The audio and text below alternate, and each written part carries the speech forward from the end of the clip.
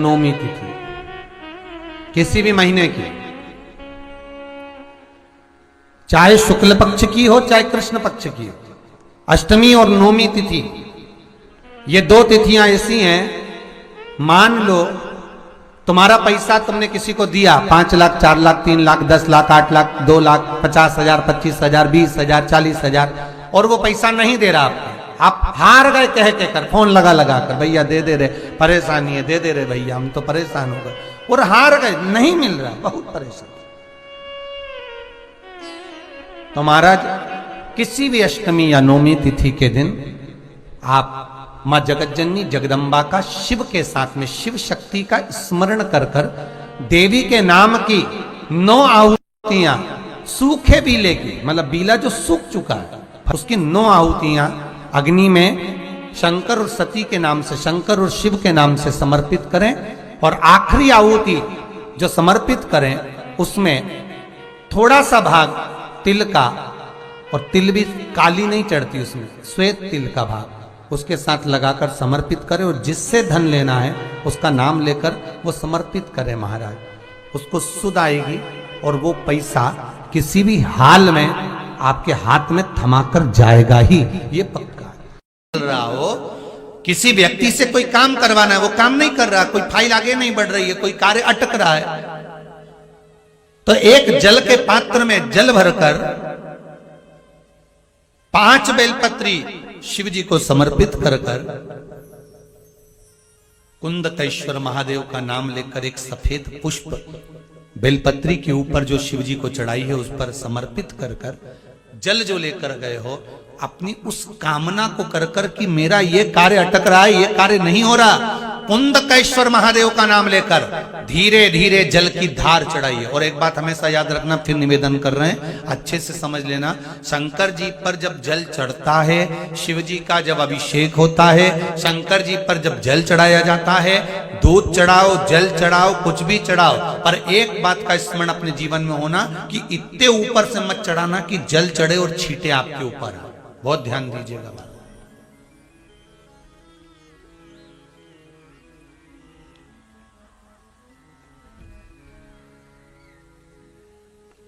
यहां तो यहां तक वर्णन करा गया है कि शंकर जी का जल चढ़ा हुआ जहां से बहकर जाता है ना, उसको लांगा तक नहीं जाता।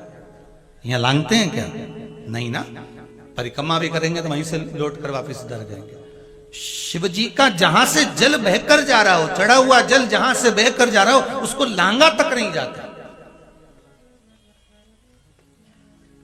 और कई लोग बड़े बड़े आनंद में शंकर जी पे इतनी ऊपर से जल चढ़ाएंगे तो वो छींटे पूरे अपने ऊपर आना चाहिए, शरीर पर आना चाहिए। नहीं नहीं, उसका दोष है महाराज, उसका दोष है।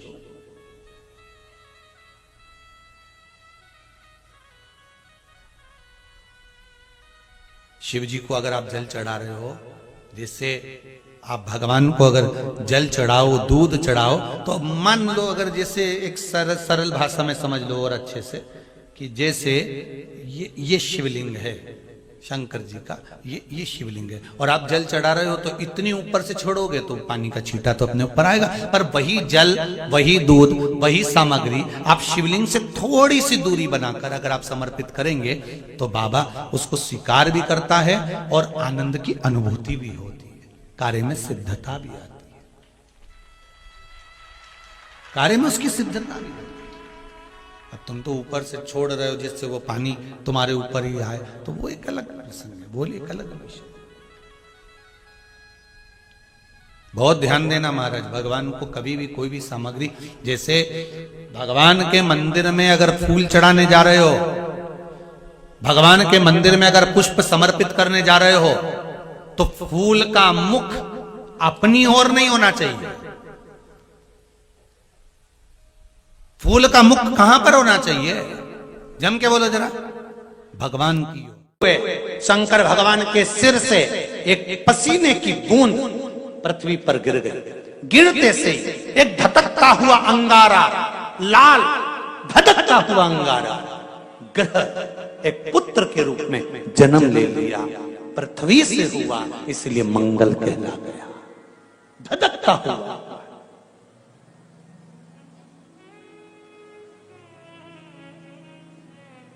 पर अंधकासुर अभी नहीं मरा है, अंधकासुर की मृत्यु अभी नहीं हुई है।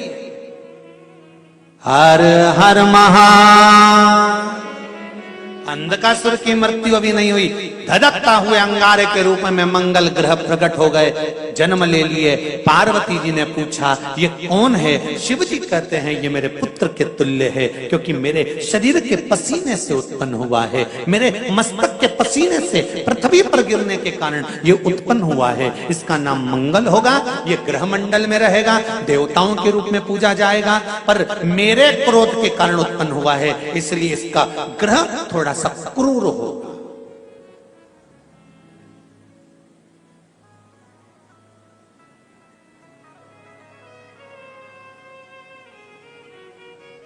एक बात बहुत ध्यान से सुनिएगा, विवाह, शादी, संतान प्राप्ति, विवाह के बाद में विवाद या किसी नए कार्य के लिए आगे बढ़ रहे हैं और उसमें अड़चन आ रही है, तो एक बार किसी ज्योतिषाचार्य के पास जाकर पूछना, वो बता देगा या तो मंगल या शनि कुछ ना कुछ, कोई ना कोई क्रूर ग्रह तकलीफ दे रहा होगा। ज्योतिषाचार्य के पास जाएंगे, वो कहेगा। जितने भी ग्रह हैं, चाहे राहु हो, केतु हो, मंगल हो, शनि हो, बुध हो, भौम हो, सूर्य हो, ये सारे जो ग्रह हैं ये शंकर भगवान के शिवलिंग के पास में विराजमान है, शिवलिंग के पास में विराजमान। कभी मौका मिल जाए, विवाह शादी में देरी हो रही हो, या कोई नया कार्य चालू कर रहे हो उसमें देरी हो रही हो, या कोई सर्विस के लिए, नौकरी के लिए जा रहे हो और वो कार्य नहीं हो रहा हो, तो एक धतूरा, केवल एक धतूरा, उस धतूरे को फोड़कर उसके अंदर का फल निकालकर उस फल को शिवलिंग पर चढ़ाकर एक लोटा जल शंकर भगवान को समर्पित कर कर। दिन होना चाहिए मंगलवार। कौन सा दिन होना चाहिए? जम के बोलो जरा, मंगलवार समर्पित करो। उसके बाद में आप विवाह के लिए अगर समर्पित करे हैं तो विवाह में देरी नहीं होगी। व्यवसाय और व्यापार के लिए या नौकरी के लिए समर्पित करे हैं तो उसमें देरी नहीं होगी। एक विदल और उत्पल नाम के दो राक्षस थे, असुर। दोनों ने उपद्रव मचाया। एक बार विदल उत्पल माता पार्वती जी के पास में गए और जगतजननी जगदम्बा जी के स्वरूप को देखकर उनकी ओर आसक्त हो। मां को क्रोध आता है। माता पार्वती ने गणेश जी के हाथ से कुंदुक लिया। कुंदुक जानते हो? गणेश जी के हाथ में एक शस्त्र होता है एस जैसा, वो कुंदुक कहलाता है। कुंदुक को लिया और माता पार्वती ने उस कुंदुक को फेंककर विदल और उत्पल दोनों का संहार करा। भगवान के चरणों में जाकर वो कुंदुक गिरा। गिरते ही भगवान शंकर के चरणारविंद में कुंदुक से चोट पहुंची, जिससे उनके चरणारविंद से कुछ रक्त की बूंद निकली है। महाराज शिव जी का नाम कुंदकेश्वर हो गया है। महाराज क्या नाम पड़ गया? कुंदकेश्वर। रक्तांबर में शंकर को देखकर मां के नयन सृजल हो गए। मां के नयनों में जल आ गया।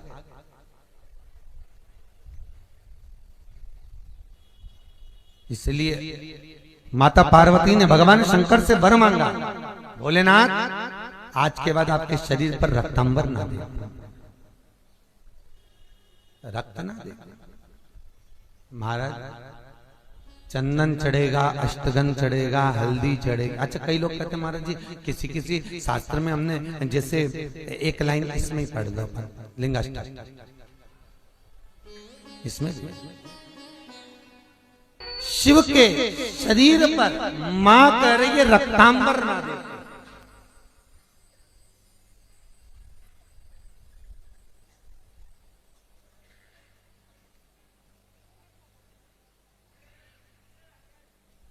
तो यहां कौमार खंड कह रहा है शिव महापुराण का, कौमार खंड और कौमार खंड का 22वां अध्याय शिव महापुराण में वर्णन कर रहा है कि पार्वती ने शंकर जी से यह मांगा कि मैं रक्तांबर न देखूं। ठीक है,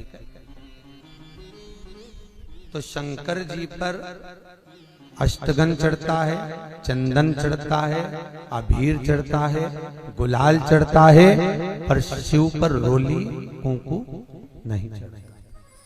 पर लिंगाष्टक के अंतर्गत कुमकुम चंदन लेपित लिंगम, या स्पष्ट किया कि कुंकू चंदन। तो महाराज जी फिर ये चरित्र का वर्णन, कुंकू तो यहां लिखा है कि कंकु चढ़े, तो बहुत ध्यान देना महाराज। शंकर भगवान के शिवलिंग पर आपको फिर निवेदन करूंगा, भगवान शंकर का ये शिवलिंग है। ठीक है, ध्यान देना, ये माता पार्वती का स्थान है। बीच में शोक सुंदरी, राइट लेफ्ट भगवान के पुत्र, ऊपर 5 कन्या। अम्बा माता पार्वती ने शंकर से जो मांगा है, आपके शरीर पर रक्तांबर ना दे। ठीक है, आपके शरीर पर मैं रक्तांबर ना दे महाराज, क्योंकि कोई भी पत्नी अपने पति को कभी रक्त में सना हुआ नहीं देखना चाहिए। कोई विषम समस्या यदि आपके सामने खड़ी होती है, विषम समस्या जिसका कोई निराकरण हो ही नहीं रहा, सब दूर हाथ जोड़ लिए, सबसे कह लिए, सबको प्रणाम कर लिया, सबसे बोल दिया, सबसे विनय कर ली, तो भी वो समस्या मिटी नहीं रही है, तो हमारा निवेदन है 5 बेलपत्र, 5 दुर्वा, दुर्वा जानते हो, दूब दुर्वा, 5 दुर्वा, 5 बेलपत्र, 5 कनेर के पुष्प शिव जी को समर्पित कर कर उसी 1 लोटे जल से 5 बार शंकर भगवान को जल चढ़ाना प्रारंभ करिए। लगभग 1 हफ्ते यदि आपने शिव को जल चढ़ाना प्रारंभ कर दिया इसी क्रम से, तो निश्चित है वो समस्या का हल 1 हफ्ते के अंदर बाबा को निकालना ही पड़ेगा और आपका लक्ष्य निश्चित करना ही पड़ेगा। कई लोग कहते हैं भगवान हमको दिखता ही नहीं है, तुम काम करते रहो। कंपनी का मालिक है, उसने इस सृष्टि को रचा है, इस सृष्टि का निर्माण किया है, वो दिखेगा भले नहीं पर कंपनी चल रही है। सब कुछ दिया उसने संसार में, फिर भी अगर रोते हो तो तुम्हारी जिंदगी का रोना। कई लोग कहते हैं मैं बहुत गरीब हूं, मेरे पास में कुछ नहीं है, भगवान कहते हैं मैंने तुझे करोड़पति बनाकर भेजा है। एक लड़का, नौजवान लड़का, मरने के लिए ऊपर पहाड़ पे चढ़ गया, वहीं पर संत निकल कर जा रहे थे, कोई शिव के भक्त थे, भगवान शंकर के परम भक्त, निकल कर जा। लड़के से पूछा क्या कर रहा है? कहा सुसाइड कर रहा हूं, मर रहा हूं। क्यों मर रहा है? भगवान ने मुझे इतना गरीब बनाकर भेजा, मेरे को कुछ भी नहीं दिया, मेरी किस्मत में तो भाटा ही भाटा लिखा, किस्मत में कुछ भी अच्छा नहीं था, मेरी किस्मत तो पूरी बेकार है, मेरी किस्मत में कुछ अच्छा है, मेरी किस्मत तो सब बेकार। भगवान ने मेरे को कुछ अच्छा दिया ही नहीं, मेरी किस्मत में तो भाटा ही भाटा लिखा, मेरी किस्मत है ही अच्छी है, तो मरना अच्छा, इसलिए मैं मर रहा हूं। शंभो शंभो शंभो शंभो, मैं मर रहा हूं, मैं मरने जा रहा हूं। गरीब है, परमात्मा ने मेरी किस्मत में धन नहीं दिया। तो संत ने कहा तू अगर मरने ही जा रहा है तो कल मर जाना, आज का मुहूर्त है भी अच्छा नहीं, आज मरने वाले भूत बन जाते हैं, और कल मरेगा तो सीधे बैकुंठ जाएगा। तो उसने कहा एक ही दिन की तो बात है, कल मर जाऊंगा, उसमें कौन सा टेंशन, पर एक दिन में करूंगा क्या? तो संत ने कहा अब जब तू मर ही रिया है तो मेरे काम आ जा, थोड़ा बहुत मेरे ही काम कर ले, मरते मरते मुझे ही कुछ दे के चलेगा। तुम्हें क्या चाहिए? तो क्या बस कुछ नहीं चाहिए, तू मेरे साथ चल। संत ने हाथ पकड़ा, उस व्यक्ति को लेकर राजा के पास पहुंच गया। राजा ने देखा मेरे गुरुजी आए, प्रणाम। गुरुजी ने आशीर्वाद दिया, राजन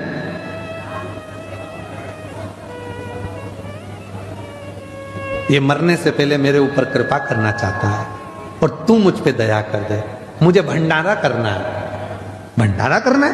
हाँ, पर मैं किसी से पैसे मांग कर नहीं करूंगा। मैं इस व्यक्ति को लेके आया हूं, इसकी दोनों आंख खरीद ले।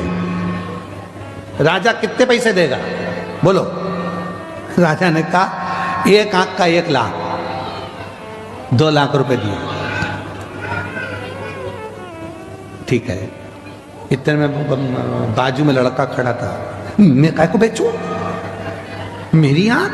संत ने कहा कल मरी तो रियायत दे जा, तेरा तो आपका क्या चाहे, मरने से पहले तो देना। तो महाराज अब मेरा मन है कि इसके 2 कान भी खरीद लो। कितने दोगे? 50-50 हजार। इसकी दोनों किडनियां, राजा ने कहा किडनी ठीक है, 15-15 लाख। पांव 5-5 लाख, हाथ 8-8 लाख, 1,12,00,000 का हिसाब बन गया। चलो निकाल लो इसका सब पैसे दो। इतने में बोला मैं काय को दूं, मैं काय को दूं? भाई तो कल मरना ही तो है, उससे पहले देने में दिक्कत क्या है? नहीं मैं नहीं दूंगा। उसको समझ में आ गया, संत के चरण पकड़ लिए। महाराज मुझे नहीं मालूम था कि मैं भी करोड़ों का हूं, मैं भी करोड़ों का हूं, मुझे मालूम नहीं था।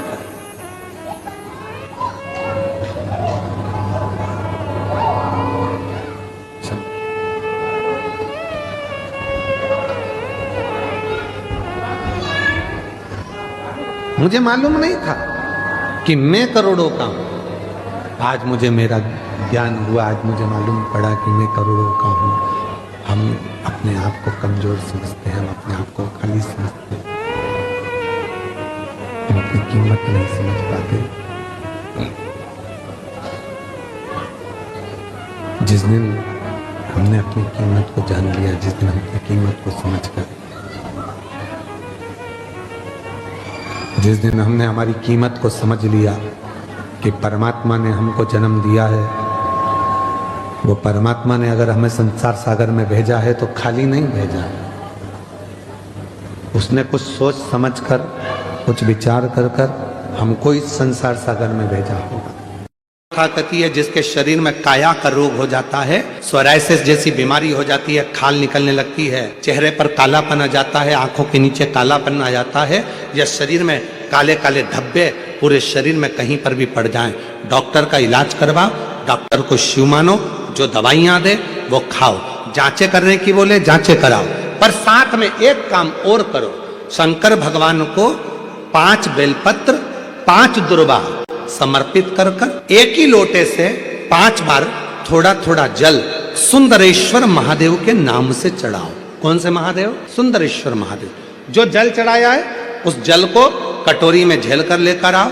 5 दुर्वा में से 1 दुर्वा 1 बेलपत्र उठा कर लिया आओ। बेलपत्री को सुबह के समय खा लो, दुर्वा को प्रदोष काल में खा लो, और वो पानी को पूरे शरीर पर 5 बार लगाना चालू कर दो। शरीर में कितना भी अगर कालापन आ रहा होगा, छट्टे पड़े होंगे, सोराइसिस जैसी बीमारी भी होगी, तो लगभग 1.5 महीने के अंदर पूरा काया ठीक होना प्रारंभ हो जाएगी। सुंदरेश्वर महादेव का इतना महत्व। में अगर किसी का तलाक हो रहा है, छूट रहा है, संबंध खत्म हो रहा है, तो आज भी महाराज श्री हरि और हर इन दोनों का साझा कर कर, यदि नंदी से लेकर भगवान शंकर के शिवलिंग तक, नंदी से लेकर भगवान शंकर के शिवलिंग तक एक मौली जो लाल पीला धागा होता है ना, जिसको हाथ में बांधते हैं पूजन के टाइम पर, तो वो लच्छा, वो नाड़ा, वो मौली जो है, वो जो बांधने वाला है, नंदी का जो एक चरण खड़ा हुआ है, बाकी का चरण एक आगे का नीचे दबा हुआ है,